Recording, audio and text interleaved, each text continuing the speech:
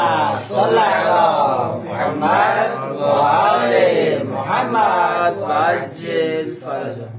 اعوذ باللہ من الشیطان الرجیم. بسم اللہ الرحمن الرحیم. یا ایھا الذین آمنوا لا تأکلوا اموالکم بینکم بالباطل.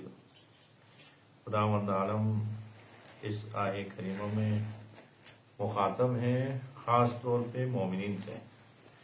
مومنین سے مخاطب ہو کے رب العالمین فرماتے ہیں کہ اے ایمان والو لا تأکلوا اموالکم، آپ لوگ نہیں کھا لو مال کو بینکم، آپس میں بیٹھ کے بالباطل، باطل طریقے سے آپ ایک دوسرے کے مال کو مت کھاؤ. انسان اس دن بھی بیان ہوئے کہ انسان بلا کر محتاج ہے بہت سارے چیزوں کا. اب ساری چیزیں تو انسان کے پاس نہیں ہوتی، کچھ چیزیں انسان کے پاس ہے، دوسرے لوگ اس کے محتاج ہیں، کچھ دوسری چیزیں لوگوں کے پاس ہے، انسان اس کا محتاج. اب کیسے ان چیزوں کو حاصل کریں؟ تو خدا نے کہا کہ باطل طریقے سے نہیں لانا ہے تو جائز طریقے سے حق کے ساتھ ان سے مال لے لیں، اپنے مال ان کو دے دیں. وہ طریقہ کیا ہے؟ الا ان تکون تجارتا عن تراض منکم، تجارت کے ذریعے سے، خرید و فروخت کے ذریعے سے پیسے ان کو دے دیں، ان سے مال لے لیں، اپنے مال دے کے ان سے پیسے لے لیں، یا پیسے کے بدلے میں پیسے یا مال کے بدلے میں مال رد بدل کریں. تو اس دن بتا دیا تجارت کے متعلق تاکید کتنی ہے. پوری کتاب مقاصد شیخ اعظم انصاری نے اس کے بارے میں لکھا ہے. کتاب مقاصد محرمہ، کتاب بیع، پھر وہاں بیع کی تعلیم ہوگی کہ خرید و فروخت کیسے کرنا ہے. پھر امیر المومنین السلام کی وہ بابرکت حدیث میں آپ کی خدمت میں عرض ہوا کہ من اتجر بغیر فقہ فقد ارتکب فی الربا. اگر کوئی شخص خرید و فروخت کو اور خرید و فروخت کے مسائل کو جانے بغیر کاروبار میں لگے، خرید و فروخت میں مصروف ہو تو فقد ارتکب فی الربا، وہ ربا میں یعنی کیا داخل ہو جائے گا. جب ربا کے اندر جائے تو پھر اتنا عظیم گناہ ہے کہ خداوند عالم نے کہا جو سود کا معاملہ کرتا ہے تو وہ خداوند عالم کے ساتھ، رسول خدا کے ساتھ جنگ کرتا ہے. وَلَا تَقْتُلُوا أَنفُسَكُمْ، اور آپ لوگ ایک دوسرے کو قتل نہیں کرو، یا انفسکم یا اپنا آپ کو قتل نہیں کرو. یعنی بہت سارے معاملات ایسے ہوتے ہیں کہ انسان آخر میں کیا ہوتے ہیں، غصے میں آ کے پریشان ہو کے اپنا آپ کو ہی مار دیتا ہے. یہ کام آپ لوگ نہیں کرو. کیوں؟ ان اللہ کان بکم رحیما، بے شک خداوند عالم آپ کے اوپر رحیم ہے، آپ کی تمام مشکلات کو خدا حل کرنے والا. امتحان کے طور پہ سختیاں آتی ہیں، ان سختیوں میں انسان جو ہے نا صبر سے باہر ہو کے، بے صبر ہو کے اپنا آپ کو مت مارے، خودکشی نہ کرے. یہاں تک تو پہلے بیان ہوا تھا کل. اب آگے خداوند فرماتے وَمَن يَفْعَلْ ذَلِكَ عُدْوَانًا وَظُلْمًا فَسَوْفَ نُصْلِيهِ نَارًا. جو بھی وَمَن يَفْعَلْ، جو بھی ذَلِكَ یہ کام انجام دے، کیا قتل کرے، کوئی شخص کسی کو قتل کرے یا حرام طریقے سے، باطل طریقے سے مال کھائے تو ظلمًا، وہ بھی کیا ہے ذَلِكَ عُدْوَانًا وَظُلْمًا، ظلم کے ساتھ، یعنی کیا تجاوز کر کے دوسرے کا مال اٹھا لے یا کسی کو قتل کرے، تو اس کا انجام کیا ہوگا؟ فَسَوْفَ نُصْلِيهِ نَارًا، اس کو ہم عام قریب آگ میں ڈال دیں گے. وَكَانَ ذَلِكَ عَلَى اللَّهِ يَسِيرًا، یہ کام خدا کے لیے بہت آسان ہے کہ انسان کو آگ میں، جہنم میں ڈالنا. بے شک خداوند عالم آپ کے اوپر مہربان ہے، رحیم ہے، لیکن جب آپ حد سے تجاوز کرو گے تو پھر خداوند عالم قہار بھی، جبار بھی، آگ میں ڈالنا خدا کے لیے بہت آسان ہے. ان آیات کے بارے میں خداوند عالم کے فضل و کرم سے اس دن واقعی تفصیل سے بیان ہوا کہ خرید و فروخت کے متعلق تجارت کی قسمیں. پھر رب العالمین نے خود بلایا اپنے بندوں کو، آئے میرے ساتھ تجارت کریں، کاروبار کریں. اب 31 نمبر آیت میں خداوند عالم فرماتے ہیں ان تجتنبوا کبائر ما تنہون عنہ، اگر آپ لوگ اجتناب کرو گے، تجتنبوا یعنی فاصلہ رکھو گے، دور رہو گے، کس سے؟ کبائر ما تنہون عنہ، ان بڑے گناہوں سے جن سے آپ کو نہیں کیا گیا، منع کیا گیا. یعنی بڑے گناہوں سے اپنا آپ کو دور رکھو گے تو رب العالمین کیا کرے گا؟ نکفر عنکم سیئاتکم، آپ کی چھوٹے گناہوں کو بخش دے گا. نکفر یعنی چھپا دے گا، عفو کرے گا، درگزر کرے گا. وندخلکم مدخلا کریما، اور ہم داخل کر دیں گے آپ لوگوں کو ایسے جگہ میں جو کریم جگہ ہے، یعنی باکرامت جگہ میں، جنت میں آپ لوگ داخل ہو جائیں. اب اس آیت میں رب العالمین اپنی ایک سنت یعنی یہاں پہ بیان کر رہا ہے. خداوند عالم کی سنت کیا ہے رب العالمین اپنے بندوں سے محبت کرتا ہے. محبت کا تقاضا یہ ہے کہ کسی بھی طریقے سے بندے کو بخش دے. اسی لیے خداوند عالم نے کہا کہ اگر آپ لوگ گناہ کبیرہ سے دور رہو گے، گناہ کبیرہ سے اپنا آپ کو محفوظ رکھو گے، تو میں آپ کے گناہ صغیرہ کو معاف کر دوں گا. اب ایک لحاظ سے دیکھیں تو گناہ کی دو قسمیں نہیں ہیں، گناہ کبیرہ ہو صغیرہ ہو، اس طرح نہیں ہے. گناہ خدا کی معصیت کے عنوان سے سب گناہ کبیرہ ہیں. ایسے عظیم خدا کی مخالفت پھر وہ یعنی چھوٹا ہو ہی نہیں سکتا. کوئی بھی گناہ چھوٹا ممکن ہی نہیں ہے کہ ایسے خالق ہے، ایسے عظیم خالق کی مخالفت کبھی بھی وہ چھوٹی جو ہے نا مخالفت نہیں ہے. اسی لیے امیر المومنین سلام نہج البلاغہ میں 476 نمبر حکمت شاید وہاں کیا فرماتے ہیں؟ اشد الذنوب مستخف به صاحب. گناہوں میں سے سب سے بڑا گناہ وہ ہے، سب سے شدید گناہ وہ ہے جو گناہ انجام دینے والا چھوٹا سمجھے. اس کو چھوٹا سمجھنا ہی عظیم گناہ ہے. اب خداوند عالم کی مخالفت کے عنوان سے دیکھیں تو کیا ہے؟ گناہ چھوٹا اور بڑا نہیں ہے، لیکن چونکہ یہ گناہ نسبتاً ایک دوسرے گناہ کی نسبت دیکھیں تو پھر کچھ گناہ جو ہے نا بڑے ہیں، کچھ چھوٹے. اب کسی شخص کو ناحق قتل کرنا اور کسی جو ہے نا خاتون کی طرف عزت کی نگاہ سے دیکھنا، دونوں حرام ہیں. لیکن اس گناہ اور اس گناہ میں بہت فرق ہے. یا انسان کسی کو تنگ کرے، اس کا بھی گناہ ہے، لیکن کسی کو مارنا اس سے بڑا گناہ. تو گناہ کی ایک گناہ کی دوسرے گناہ کی نسبت گناہ بڑا اور چھوٹا ہوتا ہے. خدا کی مخالفت کے عنوان سے کہا تو سب گناہ بڑے. اب خداوند عالم اپنے رحمت سے کیا کہتے ہیں؟ آپ لوگوں کے لیے، ہم سب کے لیے کہتا ہے کہ آپ لوگ اگر ان گناہوں سے بچیں گے جن سے خدا نے بہت شدید منع کیا ہے. بڑے گناہوں کو خداوند عالم نے سختی سے منع کیا ہے، شدت کے ساتھ ان سے دور رہنے کی تاکید کی ہے. ان گناہوں سے آپ بچو گے تو آپ کے چھوٹے گناہ خداوند بخش دے گا. اب گناہ کبیرہ کتنے ہیں اس کے بارے میں روایات مختلف ہیں. بعض روایت میں 7 گناہ کبیرہ ذکر ہوئے، بعض روایات میں 70 گناہ کبیرہ ذکر ہوئے.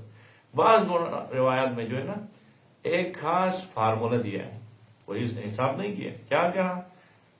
خداوند عالم نے جس گناہ کے جو نا انجام پہ آگ کا وعدہ دیا ہے وہ گناہ کبیرہ میں سے. قرآن کریم میں بہت سارے گناہوں کے انجام میں کیا کہا؟ خداوند عالم نے کہا یہ گناہ نہیں کریں، کرو یہ تو یدخلون نارا، آپ کو آگ میں داخل کروں گا.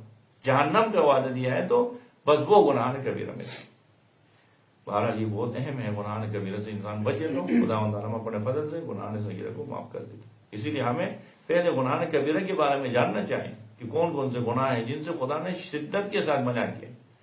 علامہ شہید دستگیر رحمۃ اللہ علیہ نے باقاعدہ کتاب لکھی ہے تفصیل کے ساتھ، 2 جلدوں میں کتاب ہے گناہ کبیرہ. اس میں 70 گناہ کبیرہ کو ذکر کیا. تو جو کتاب لکھتے ہیں تو اس کو کیا کہتے ہیں؟ حوزے میں کہتے ہیں کہ صاحب ہے جواہر. جس کتاب میں کیا ہے، ابن حسن نے ایک عظیم کتاب لکھا جواہر الفقہ، تو اب اس کا نام بول کے سب کیا کہتے ہیں؟ صاحب جواہر. کسی نے کوئی کتاب لکھا تو اسی تفسیر سے صاحب المیزان کہتے ہیں. تو اب شہید دستگیر رحمۃ اللہ علیہ نے کتاب ہے گناہ کبیرہ لکھا، تو ایک عالم نے درس کر کے کیا کہا؟ صاحب گناہ کبیرہ ہیں. گناہ کبیرہ کے صاحب گناہ کبیرہ ہیں. کہا تو پھر علامہ شہید دستگیر رحمۃ اللہ علیہ نے ایک کتاب لکھا ہے قلب سلیم. انہوں نے کہا آپ کتاب گناہ کبیرہ کی طرف دیکھ رہے ہو، ادھر قلب سلیم جیسی کتاب لکھی اس کی طرف دیکھیں کہ وہ صاحب قلب سلیم آئے، یہ بھی کہو. آپ مثبت دیکھو گے. تو کہنے کا مقصد کیا ہے؟ اس آیت میں خداوند عالم اپنی ایک سنت کو بیان کر رہا ہے کہ آپ لوگ اگر بڑے گناہوں سے، گناہ کبیرہ سے اپنے آپ کو بچاؤ گے، دور رہو گے، تو میں آپ کے چھوٹے گناہوں کو معاف کر دوں گا، بخش دوں گا.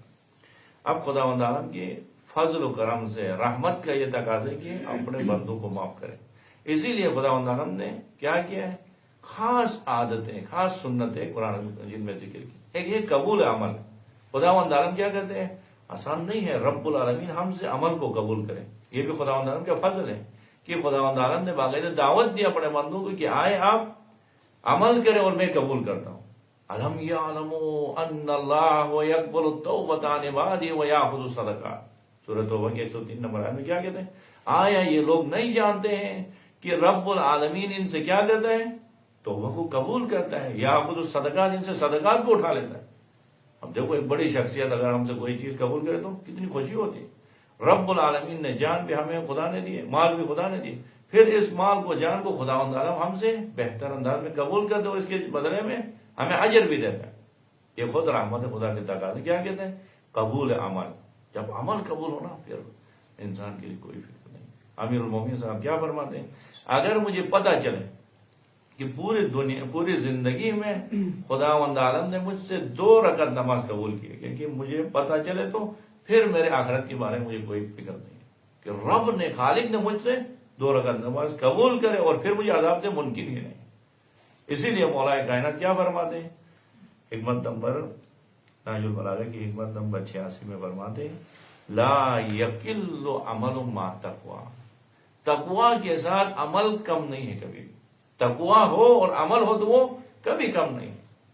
پھر تعجب مولا کیا فرماتے ہیں؟ لا یقل عمل مع التقوا وکیف یقل ما یتقبل، عمل تقوا کے ساتھ ہو تو وہ کم نہیں ہے۔ پھر مولا تعجب سے فرماتے ہیں وہ کیسے کم ہو سکتے جو رب العالمین کی درگاہ میں قبول ہو، کیونکہ خداوند عالم نے کیا کہا ہے؟ انما یتقبل اللہ من المتقین، میں تو صرف متقی لوگوں سے قبول کرتا ہوں۔ اب تقوا کے ساتھ عمل ہو تو خدا نے قبول کیا، اب خدا کی درگاہ میں قبول ہو تو پھر وہ کم نہیں۔ اور دیکھیں قبول عمل ایک رب العالمین کے ہمارے اوپر فضل ہے، ایک مغفرت عمل، یہ بھی سنت الہی ہے۔ صرف خدا کیا کہتے ہیں؟ عمل کو قبول نہیں کرتا ہے۔ کچھ اعمال ایسے خاص ہیں جن کو انجام دو گے نا، خداوند عالم زیادہ اپنے بندے سے خوشحال ہوگی، کیا کہتے ہیں؟ مغفرت کر دیتے ہیں، بخش دیتے ہیں۔ مغفرت عمل، کچھ اعمال کی وجہ سے کچھ گناہوں کو خداوند عالم بخش دیتے ہیں۔ اس کے بارے میں قرآن مجید میں بہت سارے آیات ہیں، ایک آیت جو نا آپ کی خدمت میں عرض کروں، سورہ مبارک انفال کی 29 نمبر آیت میں خداوند عالم کیا فرماتے ہیں؟ یا ایھا الذین آمنو، اے ایمان والو، ان تتقوا اللہ، اگر آپ تقوی اختیار کرو گے تو کیا کروں گا؟ یا ایھا الذین آمنو ان تتقوا اللہ یجعل لکم فرقانا، میں آپ کو فرقان عطا کروں گا، حق اور باطل کو سمجھنے کی طاقت عطا کروں گا۔ اور کیا کروں گا؟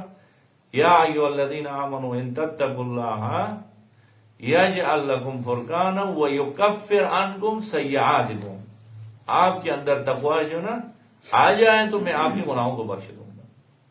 یا سورہ ہود کی 114 نمبر آیت میں رب العالمین کیا فرماتے ہیں؟ اقیم الصلاۃ طرفی النہار وزلفا من اللیل، آپ 5 وقت کی نمازیں پڑھیں، مشخص کر رہے ہیں رب العالمین 5 وقت کی نمازیں پڑھیں۔ اقیم الصلاۃ طرفی النہار، دن کے 2 طرف میں، وزلفا من اللیل، اور رات کو۔ آگے خداوند نے کیا فرماتے ہیں؟ اقیم الصلاۃ طرفی النہار وزلفا من اللیل ان الحسنات یذہبن السیئات، بے شک اچھائیاں ہی برائیوں کو ختم کر دیں۔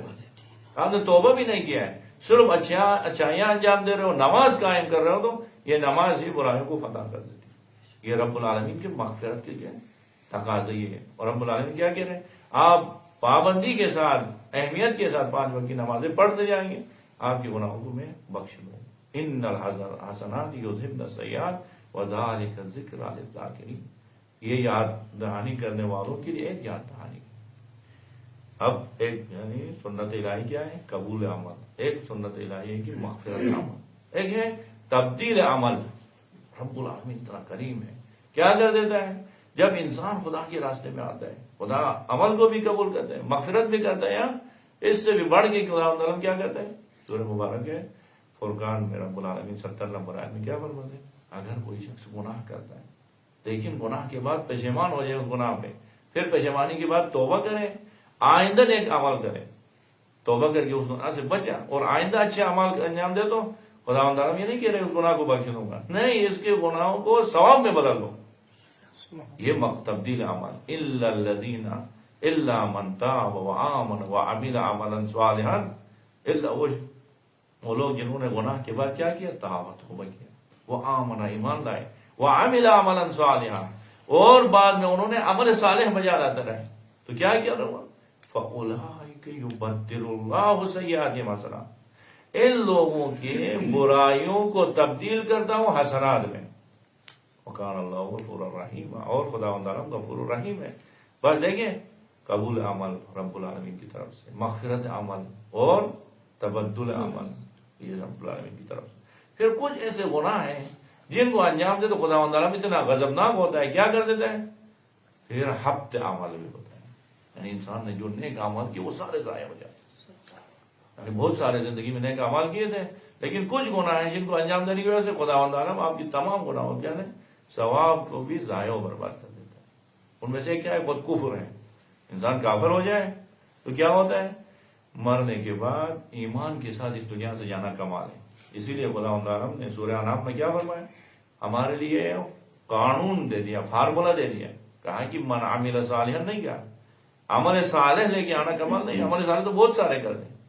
کیا کہا، من جاء بالحسنۃ فلہ خیر منہا، جو بھی میرے پاس آئے، یعنی لے کے آئے، من جاء بالحسنہ، اچھائی کو انجام دینے کے بعد پھر اس کی حفاظت کر کے خدا کے پاس لے کے آئے تو فلہ خیر منہا. من جاء بالحسنۃ فلہ عشر امثالہا، 10 گنا اس کو دوں گا. ومن جاء بالسیئۃ، اگر برائی لے کے آئے تو فلا یجزون الا مثلھا، صرف ایک ہی ہے. گناہ کریں گے تو ایک ہے، لیکن ثواب کو انجام دینے کے بعد حفاظت کے ساتھ، یعنی آپ نے شرک میں مبتلا نہیں ہوئے، کفر میں مبتلا نہیں ہوئے، ایمان کے ساتھ خدا کی درگاہ میں اس عمل صالح کو لے کے پہنچے تو خدا ہوتا ہے. بس کفر جو ہے نا حبط عمل ہے. اگر خدا نخواستہ انسان مرتے وقت، شیطان کی کوشش ہی یہی ہوتی کہ انسان کو حالت ایمان سے خارج کر کے مار دے. اگر اس طرح مر جائے تو وہ تمام زندگی کے نیک کام سارے ضائع ہو گئے. حبط عمل ہے.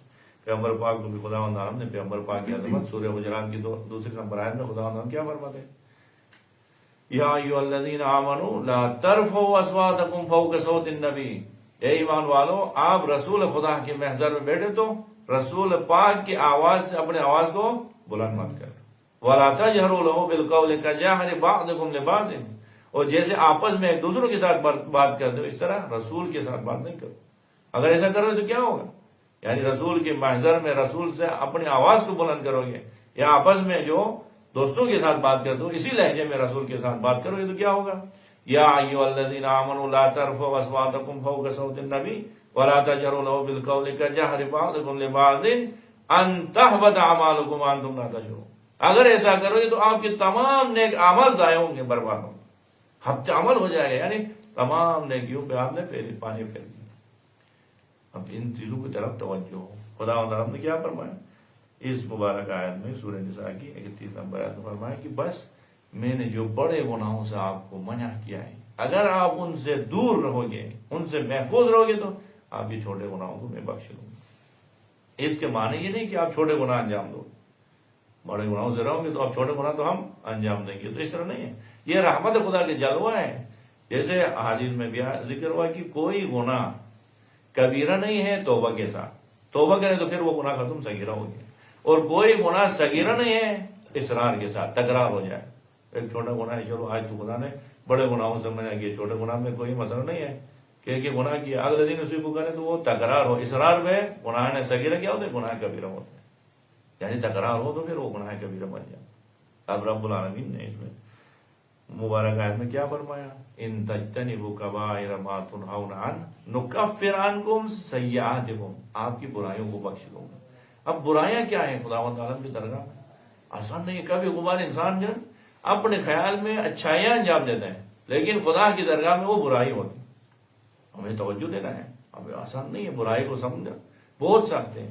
اسی لیے امیر المومنین السلام حکمت نمبر 46 میں کیا فرماتے ہیں، برائی کیا ہے، سیئۃن، مولا فرماتے ہیں سیئۃ تسوءک خیر عند اللہ من حسنۃ توجب.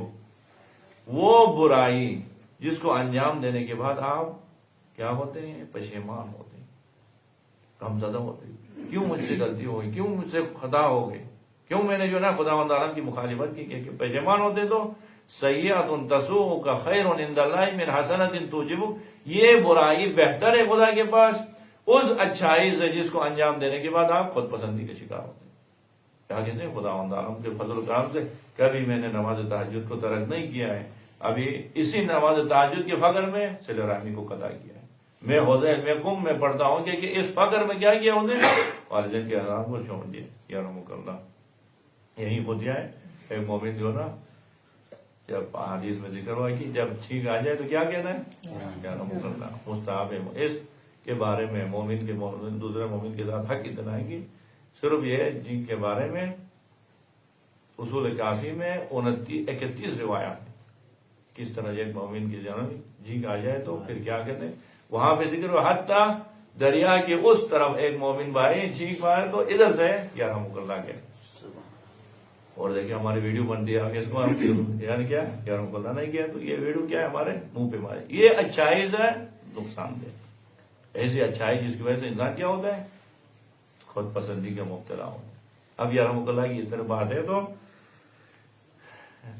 اب جو شخص ہے کیا کرے جب بھی اس کو جھینک آئے تو ساتھ بیٹھے مومن کی ذمہ داری ہے مستحب ہے کہ وہ حق ہے کیا کہ یرحمک اللہ خدا آپ کا رحم کرے. تو جو مومن جس میں جھینک آئے وہ کیا کہنا چاہے غفر اللہ لنا ولکم خدا ہمیں اور آپ سب کو بخش دے. یہ کہنا ہی مستحب ہے. تو کہہ رہے ہیں کہ امام خمینی رحمۃ اللہ علیہ وہ عظیم ہستی انہوں نے اپنے طاقت سے اپنی جرأت سے اپنی شجاعت سے پوری دنیا کو حیران کر دیا. دنیا کے اوپر ایک ایسا احسان کیا انقلاب اسلامی کی بنیاد رکھ دی. کہہ رہے ہیں ان کے آفس میں جو چائے پلا دیتے ان کے خادم تھے وہ جب بھی محفل میں آتے کبھی کبھار انسان کی جھینک آئے. اسی طرح وہ خادم کی جھینک آئے تو امام خمینی رحمۃ اللہ علیہ اس عظمت کے ساتھ کیا کہتے تھے یرحمک اللہ. تو آپ جواب میں غفر اللہ وہ بیچارے کو نہیں آتا تھا. وہ کیا کہنا ہے بیچارے شرمندہ ہوتا تھا کہ جواب میں مجھے بھی کچھ کہنا چاہے لیکن ان پڑھ تھا کچھ نہیں کہتا. ایک دن کسی دفتر میں مولانا سے پوچھا کہ مجھے کیا کہنا ہے تو انہوں نے کہا کہ جب بھی اگر اس طرح امام کہے یرحمک اللہ تو آپ کہیں غفر اللہ لنا ولکم. وہ بیچارہ ان پڑھ تھا اس نے یاد کرتا رہا غفر اللہ لنا ولکم غفر اللہ لنا ولکم یاد کرتا رہا. ایک دن چائے لگی جا رہا تھا جھینک آئی تو امام خمینی رحمۃ اللہ علیہ نے کہا چائے ہاتھ میں ہے یرحمک اللہ. تو بیچارہ ان ٹائم میں بھول گیا کیا کہنا تھا سمع اللہ لمن حمدہ کی چائے تو غفر اللہ بول گیا تو جو وہ کیا گیا سمع اللہ لمن. تو بہرحال کیا برائی کو انسان نہیں سمجھتا ہے. بہت سارے ہمارے اچھائیاں ہیں وہ برائیاں. اسی لیے شہید محراب علامہ آیت اللہ شہید مدنی کے بارے میں کہ نجف میں طلاب نے شب قدر کی رات بلایا کیا ہے آپ عمل قرآن کے لیے آئے. آپ عظیم ہستی ہیں کہ ہمارے بزرگوار شہید علامہ عارف حسین حسینی کے خاص استاد ہیں شہید محراب علامہ مدنی اسد اللہ مدنی صاحب. تو جب وہ گئے نا وہاں پہ شب قدر کے اعمال کے لیے وہاں جا کے کیا کہا آپ سب تو طلاب ہیں آج آئے ہیں شب قدر میں اپنے گناہوں کی مغفرت کے لیے لیکن میں اتنا بدبخت ہوں میں اپنے گناہوں کی مغفرت تو چھوڑیں جو نیک کام کیا ہے اس پہ استغفار کرنے کے لیے آیا اس پہ توبہ کرنے. وہ نماز جو میں نے پڑھی ہے خدا نے جو نماز چاہا تھا ایسی نماز میں نہیں پڑھے اس پہ استغفار کر. جو نیک کام ہم نے کیے انہیں پہ ہمیں رونا ہے اسی پہ استغفار کر. اسی لیے مولا کیا کہتے ہیں وہ برائی جس کو انجام دینے کے بعد افسوس کر کے پشیمان ہو کے خدا کی درگاہ میں گڑ گڑاتے ہیں توبہ کرتے تو اس اچھائی سے بہتر ہے جس کو انجام دینے کے بعد انتظار میں کہ لوگ ہمیں سلام کریں ہماری ویلیو بڑھ گئی ہے. تو وہاں اب دیکھیں خدا نے یہاں پہ کیا کہا سیاح حسنات ان برائیوں سے اپنے آپ کو بچائیں جو بڑے گناہ بڑے گناہوں سے بچاؤ گے چھوٹے گناہ معاف کریں. لیکن ایک آیت میں خدا تعالیٰ عجیب انداز سے بیان کرتا ہے کہنا ہے کہ مجھے برائیاں بہت سارے برائیوں کا مسئلہ نہیں ہے. ایک برائی خدا قبول نہیں کرتا اور اچھائیاں بہت سارے اچھائیاں خدا نہیں کرتا. ایک اچھائی ہونے ضرورت یہ عجیب ہے. یہاں حسن اور کیا ہے سیاح کی بات ہو رہی ہے سورہ نمل کی 99 نمبر اور 90 نمبر آیت میں. تو آیت میں خدا کیا فرماتے ہیں من جاء بالحسنہ فلہ خیر منہا وہم من فزع یومئذ آمنون. جو بھی لے کے آئے حسنہ اچھائی لے کے آپ سب ماشاءاللہ علماء ہیں یہاں پہ سیگا مفرد حسنات نہیں کہہ رہے ایک نہیں کہ حسنہ چاہیے مجھے. من جاء بالحسنہ فلہ خیر منہا اس کے لیے اس سے بہتر ملے گا. اور کیا ہوگا وہم من فزع یومئذ آمنون اور وہ قیامت کی ہولناکیوں سے امان میں ہوگا سکون میں ہوگا. خدا نہیں کہہ رہا ہے کہ اچھائیاں لے کے آیا تو اس طرح نہیں ایک اچھائی ڈھونڈ رہا ہے خدا. اگر ایک اچھائی ہو تو پھر اس کے لیے کیا ہے جہنم کی ہولناکیوں سے روز محشر کی ہولناکیوں سے نجات.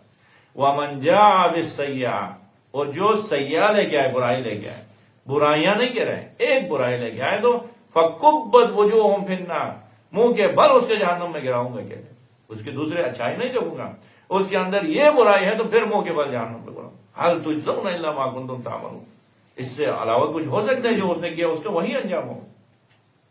اب اس اچھائی کیا ہے جو ہو تو خدا تعالیٰ تمام برائیوں کو نہیں دیکھتا ہے، یا وہ برائی کیا ہے جس کو دیکھنے کے بعد خدا اس کسی اچھائی کی طرف نگاہ نہیں کرتا۔ تو یہ مخاطب قرآن جان سکتا ہے۔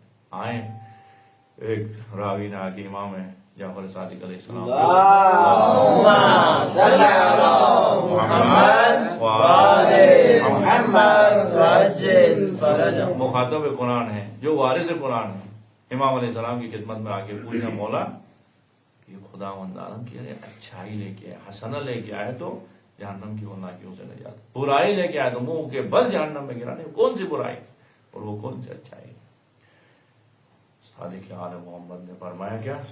ہم اہل بیت کی ولایت، علی اور اولاد علی کی ولایت حسنہ ہے، اور یہ حسنہ جو لے کے آئے وہ کیا ہے؟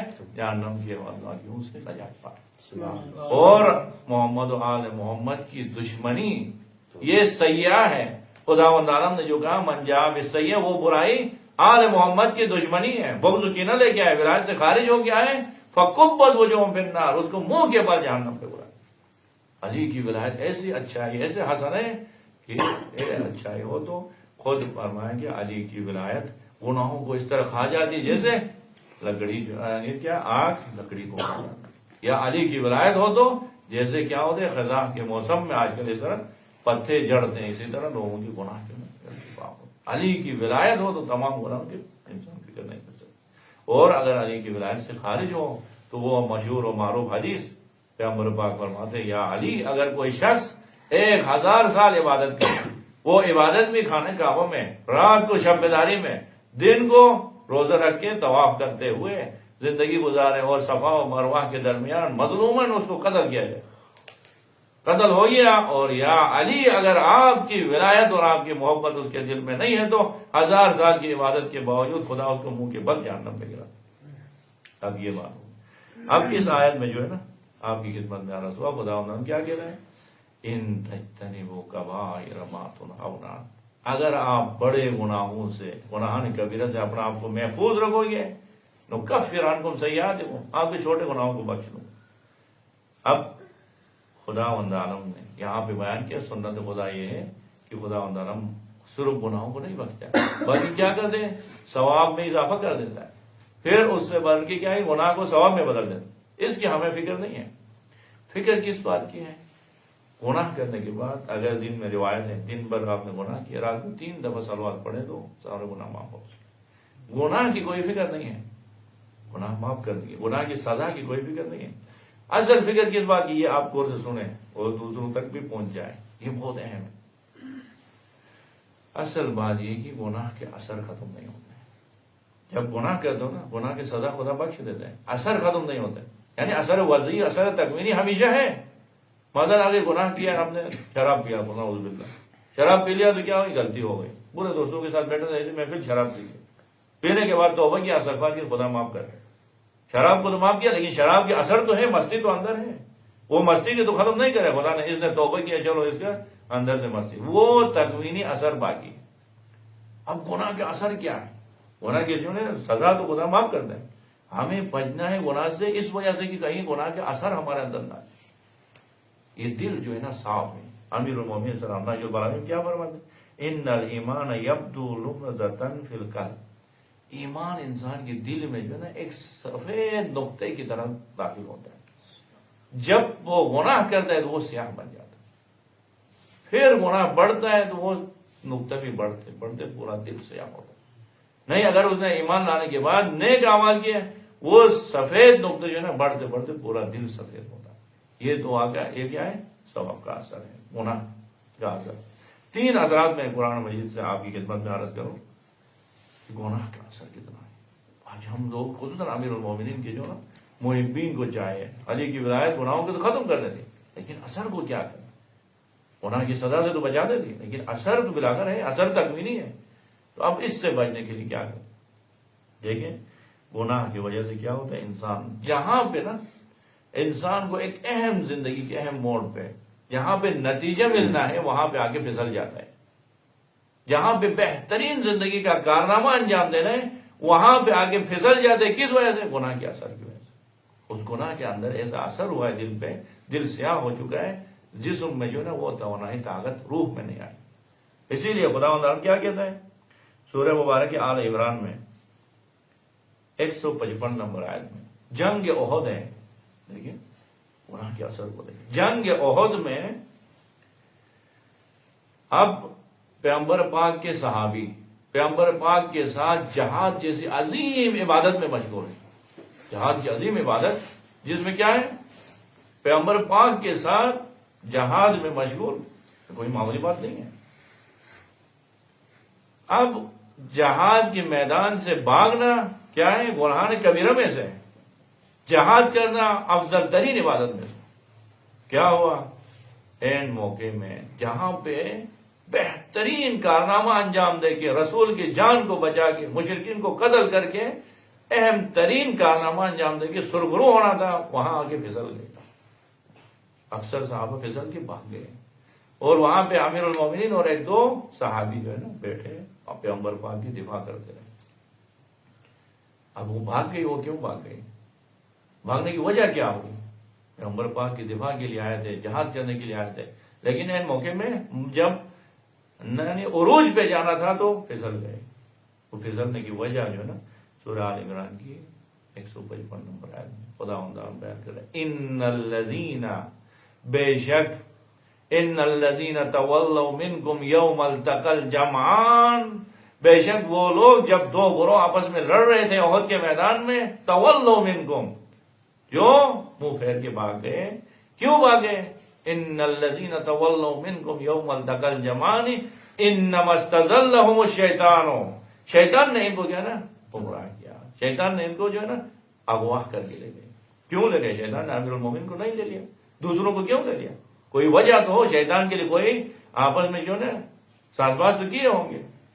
تو آگے خداوند کیا کہہ رہے ہیں؟ ان الذین تولوا منکم یوم التقى الجمعان انما استزلهم الشیطان ببعض ما کسبوا، جو گزشتہ زندگی میں کچھ اعمال انجام دیے تھے اسی وجہ سے شیطان نے ان کو گمراہ کیا، شیطان نے ان کو اغوا کیا. دیکھو وہ گناہ کی وجہ سے شیطان کی طمع اور شیطان کی لالچ ان کے دل میں آ گئی. شیطان کے پاس اتنا پاور حاصل ہوا تھا کہ ان کو میں گمراہ کر سکتا ہوں. کیوں؟ ببعض ما کسبوا، جو گزشتہ انہوں نے کچھ عمل کسب کیے تھے، کچھ گناہ کیے تھے، اس کی وجہ سے کیا ہوا ہے؟ اب این ٹائم میں رسول کے دفاع کر کے شہادت جیسے عظیم کارنامہ انجام دے کے سرخرو ہونا تھا، شیطان نے کہا اس کو ناکام کر کے ہمیشہ ہمیشہ کے لیے کیا ایک تہمت بن گئی کہ رسول کو چھوڑ کے بھاگ گئے. اس کی وجہ کیا بن گئی؟ وجہ وہی گزشتہ غلطی آپ بتا. اب دیکھو گناہ کو تو معاف کرتا ہے خود خدا نے کیا ہوا؟ وَلَقَدْ عَفَا اللَّهُ عَنْهُمْ، خدا نے ان کو بخش دیا، گناہ کو تو بخش دیا، لیکن میدان جنگ سے بھاگنے والے کو کیا کرے؟ اب واپس تو نہیں لا سکتے.